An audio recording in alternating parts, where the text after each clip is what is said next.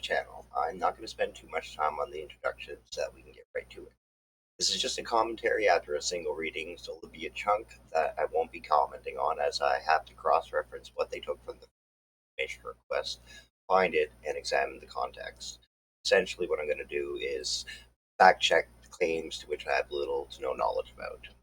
As always, thank you for watching. Please hit that like button and subscribe if you're interested in watching future uploads. Let's not waste any more time, and let's get to it. So here is the manifesto that was released on September 12th, though I should mention that it was intended to be released on 9/11. That was what Jeremy was bragging about, and I'm not going to be bringing up any of these, any of the things that I'm going to be talking about because I'm not going back and forth. Later on, I'll come back, when I do a more intensive examination of this, I'll provide links and everything like that. So don't worry about, don't worry about it. You can either take me at my word or not, but everything I'm going to talk about, I can back up. Anyways, moving on. So this was the Hategate affair. It's her great Caryma's great investigative journalism / manifesto, and we're going to call it Manifesto. So let's take a look here. The Hategate affair, Unmasking Canada's Hate Industry by Caryma Sa'd and Elisa Hategan. So I am going to just talk about the comments or the contents for a second here. I just want to see, there's a reason that this is set up the way that it is. And so we've all read the prologue and get to the introduction. So the first step is to establish the main point of what we're going to try, what part of the intent of what this article is trying to do is that to paint diagolon that is a non-violent extremist group. And they're going to continue to drive that point home through personal opinion, commentary, stories, and information they found in the Freedom of Information requests. After that, we're going to get into Caryma's story. Now, why is Caryma's story first? There's absolutely very specific reason for it, and it's not her ego. The reason that her story is going to be first is because of the three, Caryma, Jeremy, and Elisa, Caryma has the least amount of actual drama in her life, or not drama, but she's the most credible. Jeremy, for obvious reasons, is not credible or the most credible person, so we're not going to start there. Elisa, while she has a really good story for for the intent of this whole manifesto, is also not going to be first because of a lawsuit, which they talk about in here, that she lost. And I've heard two different reasons for how she lost it. Lawsuit, again, doesn't matter today. We'll take a look into that further later, but that's one of the areas that I have little to no knowledge on, so I am doing some research into that whole situation. Point being is the reason Caryma is first is because she has the most amount of credibility to lend to the rest of the article. People will read that, and who already follow her and support her are going to read that, and it's going to lend credibility to the rest of the article. And that's an important thing to do if you want people to buy into what you're selling. So after that, we get into Jeremy's story. Now, I was a little surprised that they put his first, but in hindsight, it's probably there's a good reason for it. So they start off by making him look like this poor wounded soldier who is disillusioned, and he's a hero and a victim, and yada yada yada. So it's easy to paint Jeremy as a victim if you put even just a little bit of effort into it and ignore all the absolutely terrible things that he's said and done. So let's go on to the article. So I did, like I said, I have read through this once, and as I was reading through, I did highlight some things. So that's what we're going to focus on today. And so we are going to skip things. So what happens when you run out of villains to justify an escalation to emergency measures? When you want to spook the public into acquiescence, but your well of horrors has run dry, you make them up. This is a story of what can go wrong when such a strategy spirals out of control and all levels of governments and media are complicit in ruining innocent lives. So what this is implying is that they used Jeremy as a scapegoat. They used him as a puppet, the villain that they needed to do all the things that they're going to talk about later up, even though they knew he was an innocent man. That's not true. He is one of the least innocent men I've ever encountered. Now, these are all things that they are quotes, they have dates, there's absolutely no context to them. So, again, I'm not going to cover them today because I have to find the context for them. So, Caryma's story is not here necessarily to provide a background, because most people are going to know who she is anyways. What it is to identify her the racism and discrimination she might have endured, to put her as someone who is an innocent person turned into a bad person because of bad information, which is what she is attempting to do with Jeremy throughout this entire article. This is about making Jeremy look like a hero that he isn't. This is about making look like a villain that they're not. And the only thing that this absolutely does that's positive is show the failures of the RCMP. That's it. So anyway, okay, so it is no coincidence that another Muslim lawyer and I were predisposed to see Jeremy Mackenzie's situation through the lens of public hysteria and state overreach, or that Elisa and I recognize a smear campaign carried out by some of the same perpetrators who maligned her. Again, this goes back to the Kang conspiracy of, oh, there's no conspiracy at all whatsoever. And there's lots of people who have been through worse or the same as you, and they still see Jeremy Mackenzie for what he is. And so, who's the other Muslim lawyer? Boda? Huh, okay. Either way, it's not public hysteria. It may be some state overreach. It's not hysteria.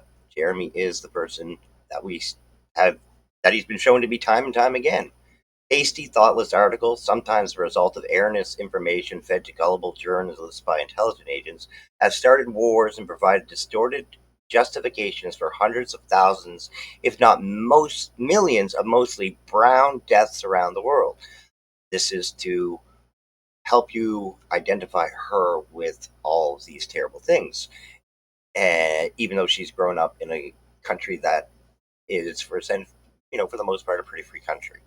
And to compare hasty, thoughtless articles to starting wars is a far cry from what we're talking about here.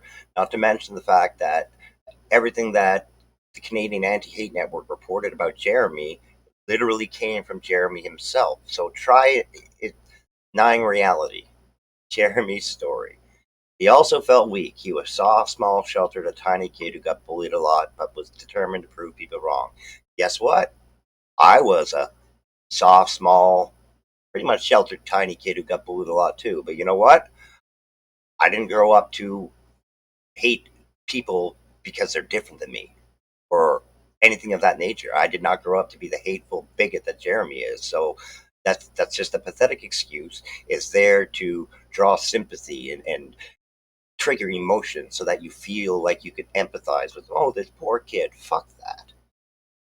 He witnessed or was party to a range of extreme violence, killings, war crimes, and other horrors at 20-year-old. No shit. You joined the army and went to war. Of course you're going to be exposed to these things. And if you were exposed to war crimes, do something about it, please. Expose our military for what it is. Because, we're a lot more open about people who are coming forward and blowing the whistle on shit we did like this. So if you see war crimes, keeping it silent about it is essentially being party to it. This is only one of Jeremy's one. We've all had traumatic experiences. Have any of you held your infant son dead in your hands with an explanation from a doctor? We don't know what happened. You know how traumatic that is at 19? So please don't get into trauma. And my trauma is nothing compared to some people. People who have been SA'd or by their parents or uncle. Like, this is nonsense. It's nothing but pure vitriol to trigger your emotions and gain sympathy for Jeremy. Jeremy is charismatic. He is that, with a knack for hyperbole, dark humor, and silly voices. He started experimenting with podcasting and vignettes in 2016. Dark humor? Was it dark humor when he joked about, doing what he said to Anna Poiliev? Was that just dark humor, or how about the times that he has sent people after Richard Gilmore, or said that people deserve the gun and the rope? And don't tell me that's just a game. Now, dark humor. What about the dark humor of associating Nazi Germany to Muslims in our own country now? That's not dark humor. He means these things, and the excuse when you say dark humor is, "Yo, calm down. It's just a joke, brah," and it's gross. Jeremy Strong. Oh, okay. Anyways, yeah, I think that spoke for itself. He regularly espouses anti-Semitic conspiracy, parrots Holocaust denial lines, and disparages Jews and Muslims. There was no clear evidence backing up these claims. Just please go to my Twitter and just look for videos on Jeremy Mackenzie. I have videos on every single one of these things, and I will be linking them to these highlighted things and coming back with another video. You can bet your ass. That is a lie. Satirical political commentary allows Jeremy to cope with civilian life through self-expression and connecting with other veterans. Humor is a way to work through heavy emotions, an outlet not unlike Kurt Cobain writing songs about suicide or Francisco Goya painting scenes about Jeremy. Jeremy is no Francisco Goya, and he is definitely no Kurt Cobain. And ugh, the constant association like this is, again, to instill feelings of sympathy for him and his situation, and then to also lift him up by comparing him to these actual people who had, like, artists. He's not an artist. What he does is not satire, and it sure as fuck isn't humor. And if you think so, well, yes, you're a fascist too. On the internet, out of context, gun or rope sound bites last forever. They are used as evidence that violence is a core element to diet. Yeah, that is not a joke. What they're talking about. I don't care if you want to pass it off. It's just a joke, bro. I've watched the live streams. I've seen it. It's intent. They do want people dead. On the internet, though, yeah. Lacking membership, hierarchy, rank system, code of conduct, uniforms, or ideological cohesion, Diagolon is a podcast fan club, not a militia. Never called them a militia, although they have been getting together in groups in different provinces for training and working out and things like that. So one could argue that they are on their way to being a militia. I think membership is it's pretty easy to tell who's a DAG and who isn't. But what's really interesting about this, let's just reread this again, and we're going to sub out this word. Lacking membership, hierarchy, rank, system, code of conduct, uniforms, or ideological cohesion, Antifa is a ideological fan club, not a group. Huh. It's almost like they're trying to use the ideological fact that anti-fascism isn't a group. It just, oh my god, the hypocrisy. But you know what? Diagolon is a group. It is a community, and there's evidence to support that as well from their own mouths. Can describe Diagolon as wanting to establish a white ethno state, although this idea was never articulated in hours of live stream. Whose live stream were you watching? I mean, Jeremy has talked about not necessarily creating Diagolon the ethno state, but definitely an white ethno state. Um, Alex has definitely talked about creating for real a real Diagolon in southern Alberta. So I mean, like, yeah, no, it's maybe they're not trying to establish an actual white ethno state out of what already exists, but they definitely want to see Canada become that white ethno state. In fact, there is no evidence of an organized group or armed civilians outside of Can's imagination. Um, Pretty sure that a lot of these guys own piles of guns, which makes them armed civilians. In fact, Jeremy had his confiscated. So, by definition, that makes him an armed civilian. And they are an organized group, despite what you might think or try to pass off here. And if you don't want to buy into that, just look at Chantel's recent videos from TikTok, and I'm going to be posting those. It's clear there's an organization that's happening there. Poe's Law, a prominent adage in internet culture, posits that parodies or sarcastic portrayals of extreme perspectives may be misconstrued as genuine expressions of those beliefs. Again, she's trying, with this reference to Poe's Law, to take the serious things that Jeremy says and turn them into just a joke, brah. But it's not just a joke. People have suffered. Look at Rachel Gilmore. She had to go to a mall just yesterday and buy new clothes so that she could feel safe enough to not be followed back to her apartment after two separate diagolon members posted pictures and videos of her online and where she was. Please don't tell me that. Stop. Can either manufactures hate by inventing it or by driving vulnerable people down that path. Rarely, if ever, do they stumble upon actual Nazis. Uh, I guess if you want to say that, I mean, I'm pretty sure they actually had an article about specific Nazis. And on the flip side of that, it's been shown more than one time that Caryma refuses to call people who are Nazis, people with literal swastikas tattooed on their bodies, still refuses to call them Nazis. So while one person on the left's definition of Nazi might be broader than it should be, hers is not nearly broad enough. Hysteria about diagolon reached fever pitch during the Freedom Convoy, particularly after a homemade patch was spotted on a tactical vest purportedly seized in relation to an attempted murder plot in Alberta. I'm going to argue that, and you know what? My source is a piece of fucking shit Nazi, but most everything else that was told to me about those incidents was turned out to be true. So it is alleged that Jeremy handed those to Chris Lysick himself. Did he?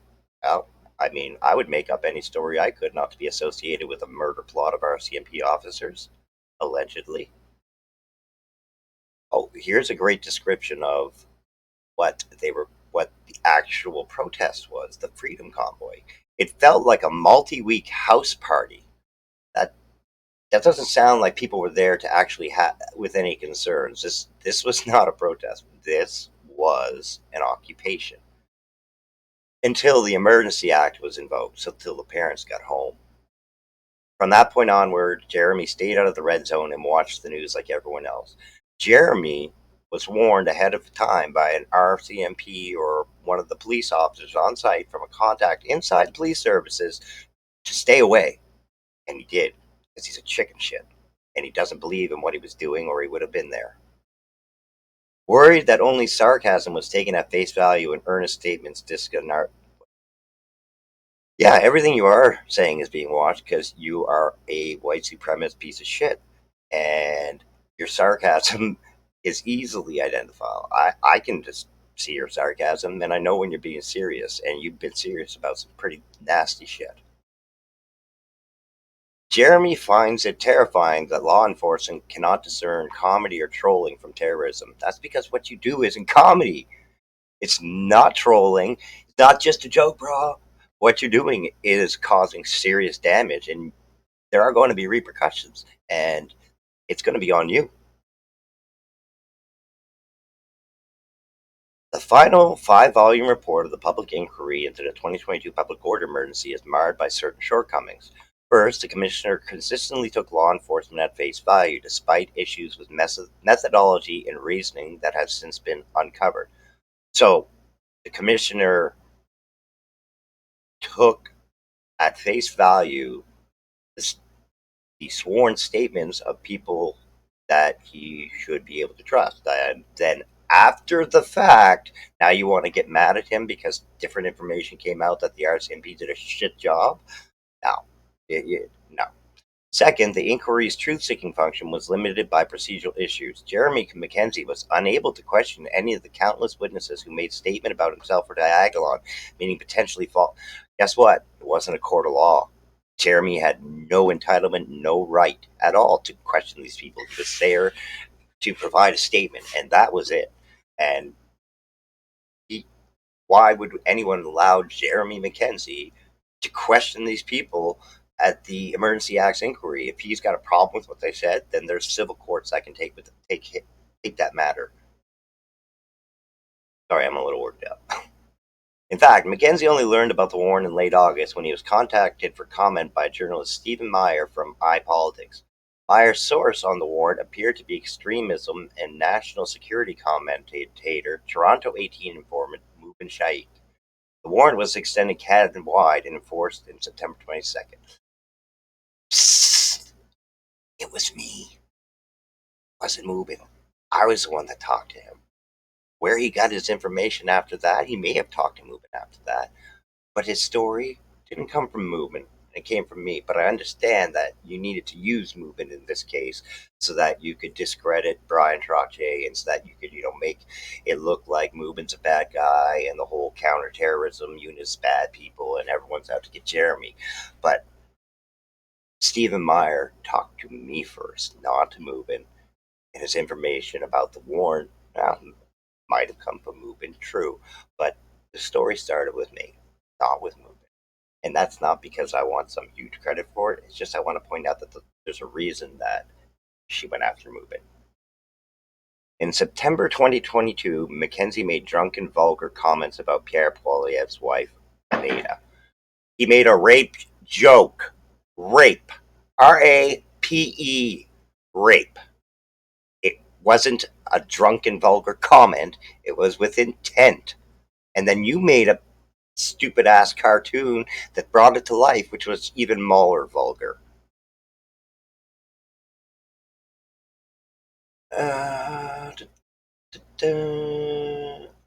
He narrowly escaped being stabbed by a group of men who mistook him for he is a white supremacist, and his videos back that up. Based on unfavorable news coverage that repeated canned talking points. Again, all those talking points came from videos and audio from Jeremy himself. He did this to himself. What happened to Jeremy is breathtakingly unfair. No, it's not unfair. Not even a little bit. Jeremy is a man that promotes dangerous ideologies, and he is a source of inspiration to a lot of people who are suffering through mental health crises, who have mental health issues. They are vulnerable people that he is a voice like God to. So, no, it's not unfair. He's endangering people, he has endangered people, and he will continue to do that as long as he is allowed to continue to do what he's doing. Many cannot fathom what it's like to live through such trauma, only to face the ordeal of being vilified by the country you fought for. I think you could probably talk to a number of Vietnam vets who could relate to that. He's not some special dude.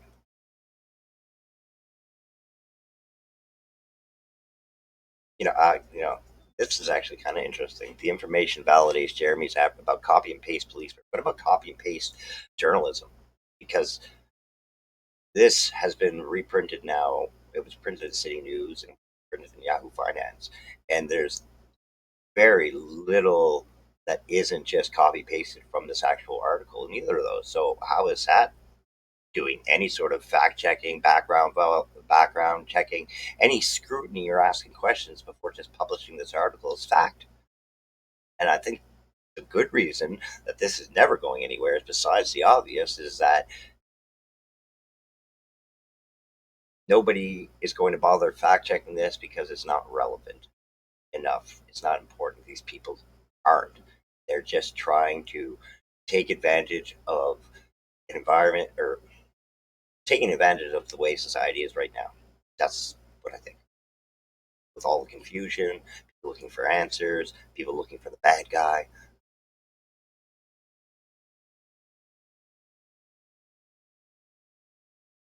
No, there isn't. It's not a make believe concept. The land portion, the country portion of it, maybe, but the ideologies that are presented are absolutely not make believe concepts. And repeating that is not going to change that. We saw lazy conflations of diagolon with ethno nationalism. They weren't lazy. Do you not watch the Plaid Army? Have you not been around for Alex's Telegram chats? No, you have watched nothing. You've taken Jeremy Mackenzie at his word, and you've gone and attacked all these people because you have a personal beef with them. This is lazy reporting. Instead, they strain to redefine Jeremy and Diagolon as it's a as nefarious in some way. Sorry, yeah, because they are. The fact that after such extraordinary evidence, there is still no reliable, consistent assessment of Diagolon or how violent they think Jeremy Mackenzie is should be no. A lack of evidence is not proof of innocence. A lawyer should damn well know better than that. Oh, oh, oh. We would argue the true danger lies in the speculation that an artist, author, or comedian should be held responsible for what fringe elements of their fan base might do. Okay, now this is important. Okay, this is key because right here, this isn't just about Jeremy. In fact, I'm willing to bet it's about specifically about her. Now, again, I can't prove it, but based on, we would argue that the true danger lies in the speculation that an artist, author, or comedian, something that Caryma has claimed to be all of. She is the artist. Well, she's not the actual artist, but she has them commissioned her cartoon. She's an author, a writer, and considers her work comedic. Um, Again, these also comedian. That's also just to give you the idea that this is supposed to be referring to Jeremy Mackenzie when we're talking about her, and should be held responsible for what fringe elements of their fan base might do. If you're repeatedly telling people that the media is the enemy and they're lying to you and they're manipulating you and Rachel Gilmore is one of the worst of them all and she deserves everything that to be harassed, and then someone shows up and assaults her or worse kills her, who do we blame? You want to blame the person who did it? Sure, that's great. That's absolutely makes sense. But where did they get the idea? How did that idea get planted inside their head? I'll tell you where it came from. It came from Jeremy Mackenzie and Diagolon. And you want to tell me that we shouldn't be holding people like that responsible for the actions of the people they're taking advantage of by spewing the lies that they do? No. And you're no different. This whole article you've got out as a personal grudge to take can and somehow associate you with some huge gross act of misconduct that the police fucked up Jeremy's shit is just a one way for you to feel like a victim again and to portray yourself as a victim, and it's nonsense. If you are spouting hate and bigotry and someone who is a fervent follower who identifies with your group community goes out and commits a crime, yeah, you should be fucking held responsible. Otherwise, why did we go after bin Laden? As external observers rather than participants, they hadn't been initiated into the subculture. I'm gonna fucking argue. I'm sorry for all the foul language, but it really pissed me off. You know what, Caryma? Do you think Morgan was the only account I had? Do you think that is the only spy account that I've created that still exists? I've been in this crap for as long as it's been around. And not only that, but I've been in it as a member. And for a while, until an asshole leftist with a personal grudge decided to out me, who will remain nameless, no one would have known, and I would have been able to get a lot closer and get a lot more information that actually would have might help police some more. Like the time that I got information the first time that they were going to protest at Dr. Strang's house, and it wasn't announced.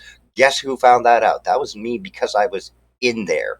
Okay, so don't tell me that all of us are external observers. I'm not an external observer, and I find that highly insulting. Yeah, I was part of that subculture, and I stepped away from it a few months ago. But you know what? This lousy, disgusting PR piece, because that's what it is to me, has got me back on the bandwagon again. So I'll be downloading my Telegram again, and I'll be reactivating some of these accounts, and I'll be going in to show people that all this crap that you're trying to present as truth is a lie or a manipulation. As laws crack down on freedom of expression, humor is the first to be sacrificed and reframed as wrong thing. Does that sound a whole lot like cancel culture to you? What do we call cancel culture? We call that accountability. If someone has made their career off of racism, and then suddenly we start to realize the society, like, whoa, whoa, whoa, whoa, this isn't cool anymore, and we call them out for it, and their career ends because of that. That's that's not laws. That's not cracking down on freedom of expression. That is society growing. That is society understanding the difference between right and wrong and microaggressions and how we continue to promote ideas of white supremacy overall. Cancel culture. Lisa, like I said, I'm doing some research into her myself, and so I don't really have anything to say about what this part of the story is about. I will say that Kevin Metcalf called me a Nazi before I even heard of the guy, and I'm skeptical of anything he has to say. But again, I get to go in and do some more research on that. I'm not going to provide commentary with shit I don't know. Business of hate. If all you need to establish is a hate group is a couple of antisocial misfits exchanging racist memes in a Discord chat, that's not what they are. Again, this is trying to make it seem like less than it was. They're not just a couple of misfits exchanging racist memes in a Discord chat, okay? And even if they were just sharing racist memes, that in itself promotes the same ideologies, memes, live streams, text. It's all the same. You're still promoting the same hateful ideologies. And so, yeah, if you are a group of people and that's all you do is promote hate, then yeah, you are a hate group. And that may not be the legal, lawful definition, but guess what? We don't need a legal, lawful definition to see that a group of people is full of hate.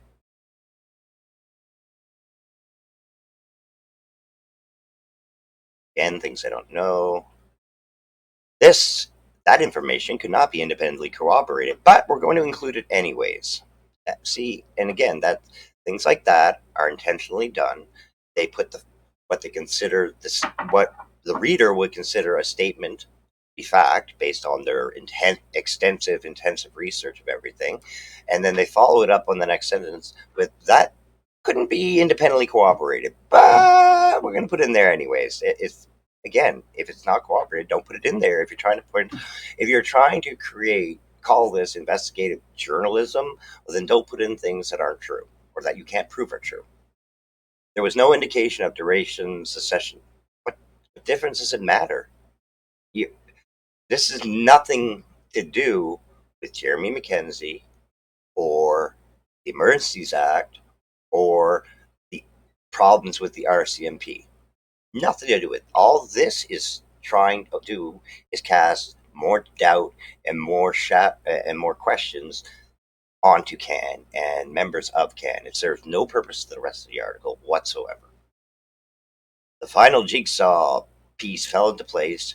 She and Farber were. How is that a jigsaw puzzle? Oh my god! You know what? I'm pretty sure that almost like every American president is related to the Queen somehow, but that has nothing to do with it. Whatever problems they had and their distant relatives and they're just finding out today, you think that has some relevance, played some role in what happened with her?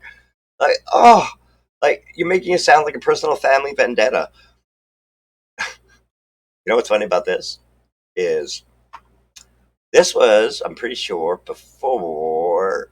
Yeah, it was before I realized what kind of person I think Caryma actually is, before I discovered who she is. So I saw this, and I was actually going to apply for that job because why the fuck not? I was already doing it. I was balls deep in diagolon and half a dozen freedom groups.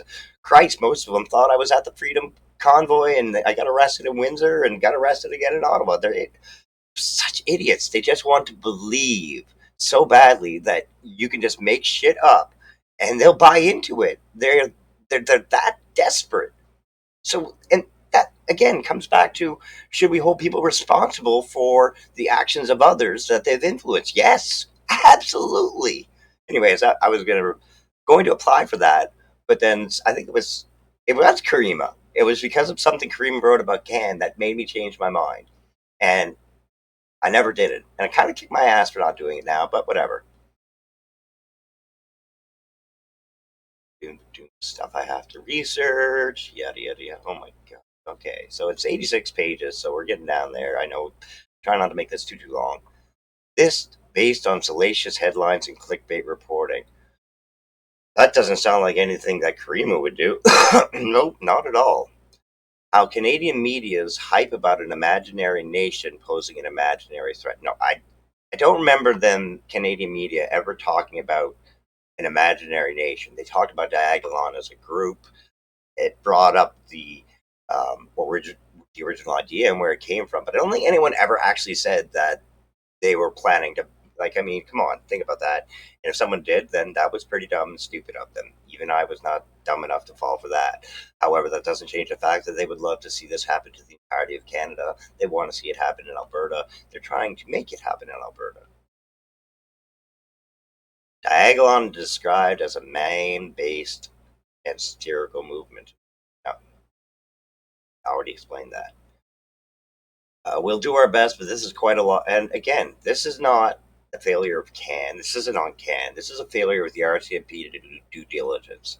And I think that should be the prime takeaway of, again, like I said, that's a good takeaway from this. That really great article for pointing out the failures of the RCMP. And I think that they really need to be looked at as an institution. We had no rush deadline under the circumstances. I'm sure they did. But again, this is not a failure of CAN. This isn't a fault of CAN. This isn't something they did. This is a failure of the RCMP to do more research than beyond one source. Despite the fact that I think the source is highly credible and the information they presented was true and factual. We cannot verify that the moniker isn't shared by multiple individuals as is CAN. We have incurred Phillips' predilection or whatever. It's election. I thought it was pre-dereliction. Anyways, to adopt both male and female personas while cyber sleuthing. Is it really outside the realm of possibility that several CAD employees are running Elizabeth Simons as another Anya, a disposable NPC-like character to be scrapped at the first whiff of a defamation lawsuit? You can't serve. So she doesn't think this person, Elizabeth Simons, is real. And she thinks that it's just a made-up person.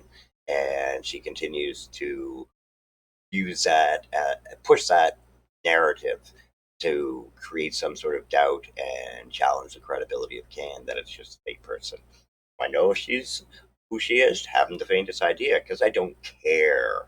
Because the information provided, it wouldn't matter whose name was on it or not. It's a fake person, it's a real person, doesn't matter. It's the information. Is it accurate? Yeah, it is. Jeremy Mackenzie, public boogeyman number one. Well, he did want to be the bad guy. Is in the process of having his life destroyed by a repeated reprehensible association to four men on the other side of the country, only one of whom he'd met in a group setting and only twice. Okay, so I do have a thread on that on Twitter.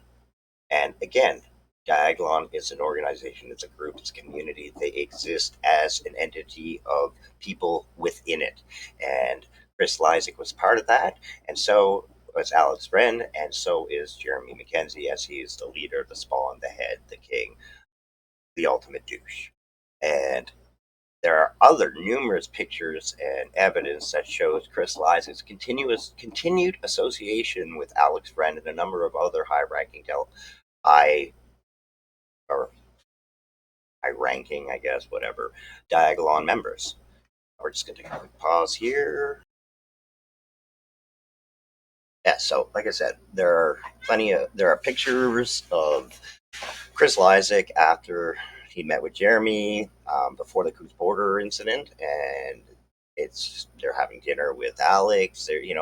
Just because Jeremy, there is nothing currently that proves that Jeremy had any contact with Chris Lysak, according to what he said after the fact and before the Coos blockade, doesn't mean that it doesn't exist. Does it exist? I don't know, but it doesn't mean that it doesn't exist. And the fact that Chris Lysak had an ongoing, continued association with members of Diagolon does associate him with diagolon, especially when there are plenty of photos that show him as an active member with shirts even. And again, this is on my timeline. I'll be providing those links when I come back and do another video. Instead of only one, no, so that's they pinned it on. They again, this goes back to your, do we hold people responsible for their actions or actions of others? And I think that's what they did. Yeah, he is the head of a hate group, and one members of his hate group committed a felony allegedly. So yeah, we'll see how that turns out. The RCMP offered up Jeremy, a decorated combat veteran with no criminal record and no history of terrorist behavior, as a sacrificial lamb. Okay, no criminal record is not no criminal charges, and it does not mean that he hasn't broken the law. And no history of terrorist behavior. No, the terrorism, if we go by the definition, the definition of it by the book, then yeah, he has been a terrorist. He's instilling fear in others. And he's no sacrificial lamb, and being a combat veteran doesn't excuse his hate and bigotry. He's just one more loud voice like Gavin McInnes. He's just another wannabe Gavin McInnes. And we all know how that ended. At least Jeremy does, because, well, go check out my YouTube channel. You'll see that he had a couple choice words for Gavin. What viewers got is not the absolute truth, but information that may or may not be accurate, which has been filtered through an editorial lens. Isn't that all media? Isn't that like literally what you're doing by leaving out every video, every thread, every comment made by Jeremy McKenzie that actually goes against what you're saying about him being this good guy who is just targeted and thrown under the bus and used as a scapegoat? I mean, literally, that is what your whole article does. That is what the media does. I don't understand how nobody. This is not a surprise. Journalists publish bold-faced lies that splash the front pages. Oh, well, again, I can't. That's something I wanted to look into later. Well, again, that's something I have to look into.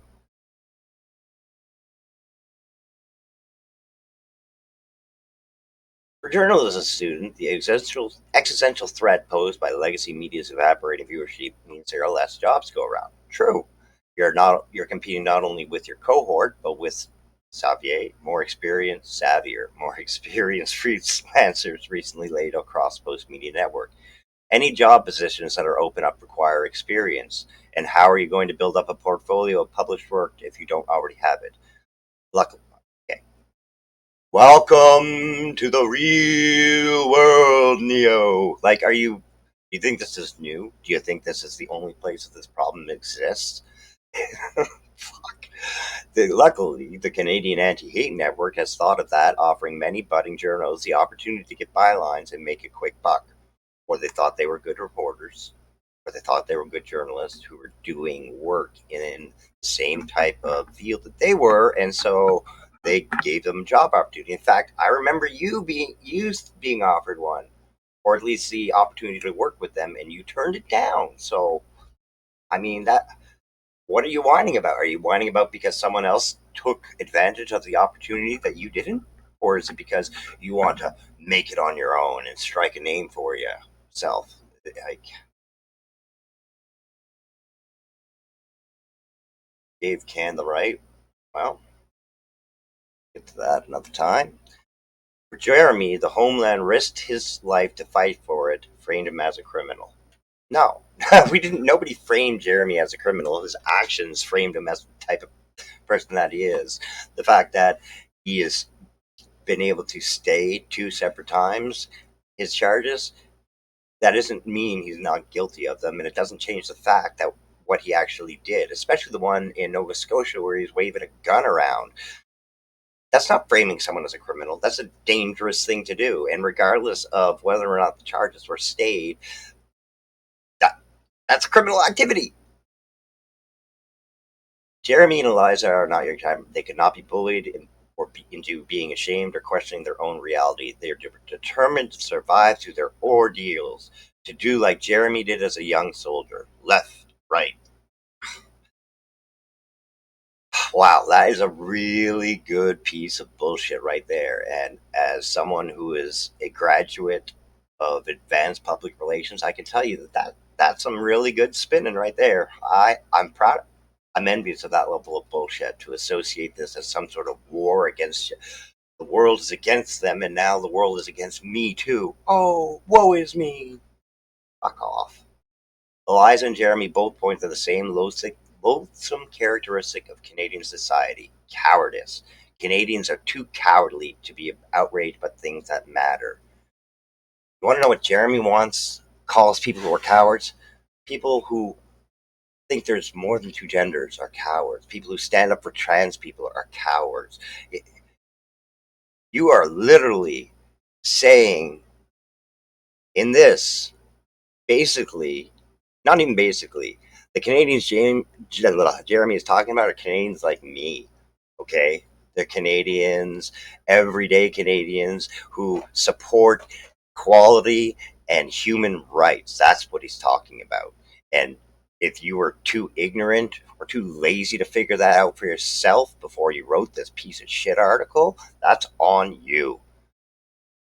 If you're not with us, you're against us. Literally Jeremy's motto. He's said it before. He has used different ways of saying it. He's actually said that literally word for word before. So don't come at this like it's just one side that is, oh, it's us against them. Like literally we're seeing the rise of fascism. It is an us versus them situation because there is no defending fascism. Guess what happens when you see wrongdoing and choose to look the other way? You enable it. Guess what happens when you see wrongdoing and choose to ignore it and then publish an article saying that all of that wrongdoing is just made up lies? You enable it. But a signature trait of being among cowards that nobody ever admits they were wrong. Instead of an apology, we sweep our dirt under the carpet and pretend our living room is spotless. Hey, I don't speak for everyone, but I have always stepped up and made my apologies where they're necessary when the evidence has been presented to me that I was wrong. I fucking apologize. That is not something that a narcissist is capable of. And again, I don't know very much about Elisa. I'm finding out, but I know for a fact that Jeremy and Caryma would definitely both qualify as narcissists. If your policy is not to engage with fascists, all possibilities for understanding conversation, even radicalization go out the door. The moment you determine someone is, in your eyes, a Nazi, then that person has lost all right to dispute that conclusion. Since you refuse to speak or listen once the label has been cast, they have no hope for appeal. You took away that opportunity when you prioritized your interpretation over their truth. If their truth is being a Nazi, no. Yeah, you're right. There is no understanding why you're a fucking Nazi. You want people dead simply for existing. Like, there is no debating that. And people who have these beliefs aren't interested in a debate. Any debate you try to have isn't going to be done in good faith, and you're going to lose and made to look like an asshole, and you're going to get frustrated, and you're going to strike out. That is their playbook. That is how they work. This is what they do. And if you're wrong about someone, you don't have to worry about whether or not you've had a communication to find. Wait for them to make the first move. If a Nazi wants to not be a Nazi, let them tell me that. Hey, I don't want to be a Nazi. Oh, hey, I fucked up. You know what? And then maybe I'll help them. Because you know what? Right now, there is an ex-DAG out there, and I'm not going to put her on the spot, but her and I have had it out a number of times. But I just watched her videos, and I empathize with her so much that, you know what? Like, clearly this woman has learned a lesson, and I want to help her out in any way I possibly can. So if you're watching or you know who she is, please let her know. I'm seriously, I want to bridge the gap that between us that we used to have. I mean, I'm not another one who called me so many bad things or accused me of this and that, but now they have demonstrated something that to me proves that there's hope of change inside them. And because I see that, I'm willing to listen and have that conversation.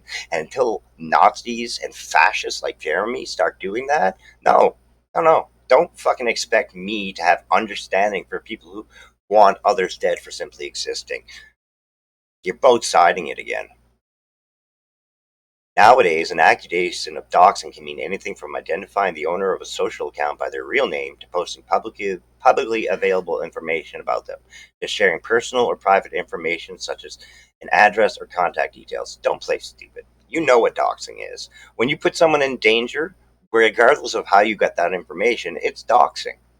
Okay? If you're going to put someone in danger by posting enough information for their house to be found, that's doxing. If you're going to post someone's house or their address or any private information, doesn't matter how you came across it, if you're doing it with the intent to hurt them and you have followers like the way Jeremy does, and some of your the ones that follow Caryma, because now she is diagolon's #1 girl, yeah, you're going to put people in danger by sharing that information, and you know that, because if you don't, no, you do.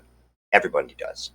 You don't share that kind of information without knowing that someone could take it and do something bad with it. Period. The reality of online platforms is that it's nearly impossible to avoid the temptation of making assumptions about a stranger based on 280 character interactions stripped of context and other sensory data. It requires a fair bit of intellectual humility, something I don't believe Caryma has, to recognize that the people with whom we interact, as well as ourselves, are not one-dimensional characters. Context and backstories matter. Fortunately for us, we don't have just 280 character interactions to go by. We have videos, we have articles, we have countless Telegram channels, we have YouTube. Like, there's just so many different media out there of what Jeremy has espoused to try or your behavior that people like me have interpreted as bad. There's all, again, on video. It's there for everyone to see. It's not we didn't make these assumptions about anybody because of your tweets. Your tweets started the process, but investigation and watching how you interact with people and the ideas and like this that you espouse, that Jeremy Mackenzie is some sort of hero, a sacrificial lamb, a victim of the system. You know that's not true. You know it's not true. For 2 years, I battled bullies from all sides of the political spectrum. People who wielded anonymity like a shield as they tried to erase who I am and publicly disseminated an alternate version of me or a construct of their met. No, they thought you were acting in favor of fascists, in favor of anti-vaxxers and anti-maskers. You were acting that they thought you were acting in favor of the right, and you proved them right yesterday.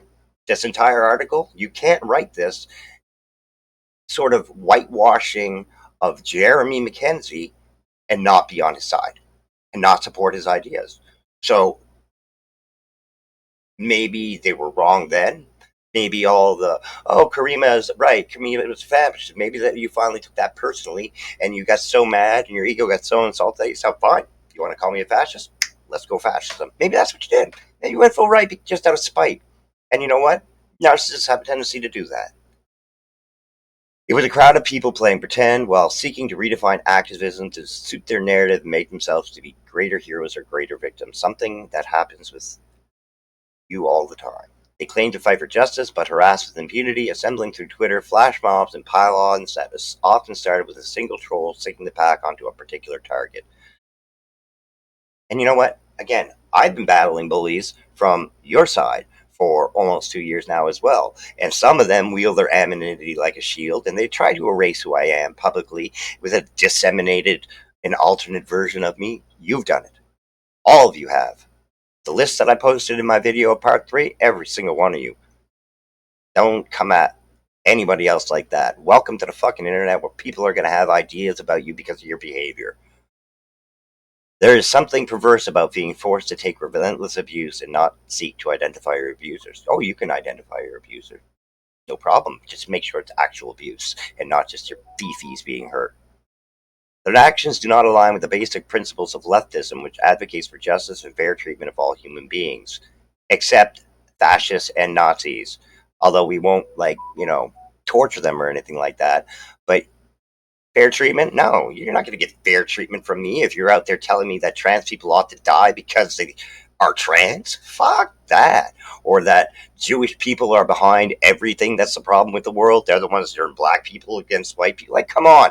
This is the shit that we're talking about. This is the sort of stuff that is leaking into all of this. And it's being ignored in this entire article to make Jeremy seem like a saint. Remaining silent while you witness pile on in cyber harassment is not a neutral stance. It's complicity. You're right. It is complicity. That's why I've gone out of my way to antagonize, to troll, and to poke the bear at times with some of your followers so that they stop picking on people, so they stop harassing innocent people who have done nothing wrong and they take their anger out on me. I've done it time and time again, and I'll continue to do it, not because I enjoy it, but because I can take it. Because I would rather take it than someone else, because they don't deserve that. When you amplify an insulting tweet, you encourage and abet the account holder to keep behaving recklessly. How many people have retweeted this article? Anonymity means bad actors can use deception to harass those whose real name persona prohibits them from responding in kind.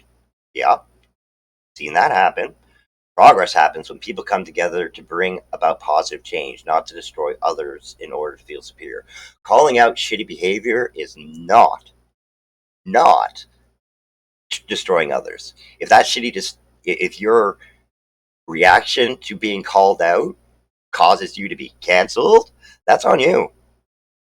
You're failing to take accountability for it. And again, this is just more ego. Nothing I have ever done warrants vicious attacks on my character or my right to exist in public. Nothing can justify my friends and supporters being scared on my behalf or for themselves. The relentless surveillance, misrepresentation of every move, the escalating harassment carried out physically and online by malicious or misguided individuals role playing as revolutionary has irrevocably changed my perspective on anonymity. Hasn't changed mine. Nothing I have done has warranted these vicious attacks on my character or my right to exist anywheres. Nothing can justify my friends or supporters being scared on my behalf or for themselves, which has happened. The relentless surveillance, misrepresentation of every move, and the escalating harassment carried out physically happened, and online happens continuously, and misguided individual role playing as revolutionaries or as progressives or centrists has irrevocably changed my perspective. Has not. No, it hasn't. People are allowed to be anonymous. There's a reason people remain anonymous, but you have to know that it's my firm belief that once you're on the internet, you've given up your right to privacy, because everything that you put on there is there forever, and you're taking a chance no matter what you do. Now, how people use that information is different. That's what matters. Not that your information is out there, but how it's being used. What happened next changed the trajectory of my life. A group of brass strangers dressed ahead. I went all over this in the Chris Guy video, which is in part one, chapter two of my series on who is Caryma Sa'd. I will it'll be up there somewhere, so you'll be able to click to it. But no, they weren't trying to stop. They didn't want Chris Guy there. I'm not going to do this again. I'm just not going to do this again. So let's keep moving on. Okay, so in the aftermath, I was blamed for two separate groups of adults cosplaying as revolutionaries. This marked the beginning of a concerted smear campaign justified as many by many as punishment for my audacity to host an No, it isn't. It's not a smear campaign. It's called accountability. People are pissed because you still haven't taken any accountability whatsoever. And again, here you're blaming for everything on everyone else, the people who were there fighting, taking no accountability at all. In other words, it was a hit piece, just like this.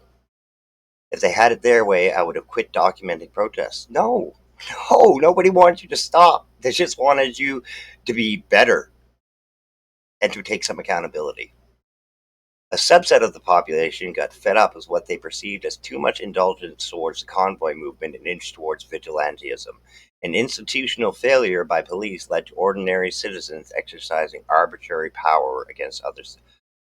Oh, so it's the citizens of Ottawa who endured 3 weeks of torture who are to blame for violence. Yeah. And you know what? Even if some of them did strike back, I don't blame them at all. 3 weeks of being held prisoner in your own home, children missing cancer appointments, emergency vehicles, the list goes on. I began using the term anti-vote to refer to anti-fascists more interested in performative action than upholding progressive values. We already have a term for journalists more interested in performative journalism than upholding actual values of any sorts. We call them paparazzi. I have been subjected to in-person harassment at rallies by counter-protesters employing such tactics. I am suing CAN in federal court for trade libel and unfair competition. Unfair competition in journalism, something you're not. No one, you don't get to just appoint yourself a journalist just because you wrote a couple articles for a crap Tory crier, you suck, for a crap news media site. Okay, no. And you know what? If that's the case, well, I've written for the Chronicle Herald in the past before too. I've also got my works published in poetry anthologies. Does that make me a poet? Does that make me no, it doesn't. You don't get to decide if you're a journalist or a reporter. You either get the formal education and do the work, like real journalists have done, like, Rachel Gilmore, people like that. Rachel, great woman. Or Luke LeBron. You do the work. You don't just go out there and say, hey, I got a camera and I'm a journalist now because I follow every one of these groups around, making sure that I catch all things that I think are bad on camera. And you know what? You're not harassed. You know what harassment is? Is what you allow your cameraman to do when you're getting in people's faces, even though you say it's disrespectful and impolite, but you continue to do it. Or you know what else is harassment? Zooming in on somebody through a window. That's crazy ass creepy harassment. Conclusion. On one side, elites with connections to political leaders, mainstream media, and law enforcement. On the other side, people. I can't believe she dropped the elite bomb. There you go. That's a far right talking dog whistle point there. If you have the elites, it's us versus the elites. No, it's not. Anyways, that's the end. Like I said, I only done first reading through it. Got to do a lot more of it, probably 2 or 3 more readings. And as I go through each time, I'm going to start highlighting more, and I'm going to be, providing links to them, and we'll get into more depth about this actual, what I consider nothing more than a glorified public relations, make Jeremy Mackenzie look like a saint, and to make him look like a victim as well, to dismiss all the crap that he has done in the name of himself, in the name of Diagolon, all the people who have continued to use Diagolon still, who are members of it, and continue to spread these messages. Alex Brand, Derek Harrison, and there's countless others. Jeremy Mackenzie is not Diagolon. He's the creator of it, and I think maybe it's getting out of his control and he can't control it anymore. And well, that's what happens when you unleash Pandora's box. Anyways, I just wanted to thank you all again for watching, and I look forward to doing the research on this meal to find a more updated video. That is going to wait until after I finish my Who is Caryma Sa'd videos, so you can look forward to part 4 and part 5 coming. Hopefully, maybe one over the weekend.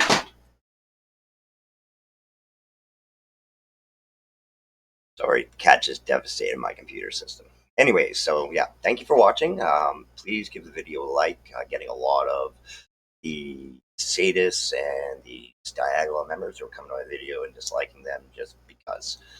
So it really go a long way to help getting this video put out there on YouTube and be better in the algorithm. And it's not a whole lot, just a click button, but it'll really, really help. And if you like it and you want to see more content, this isn't the only content I make. So again, thanks for subscribing, thanks for watching, and we'll see you next time. I'm the Ocean Cowboy. Cheers.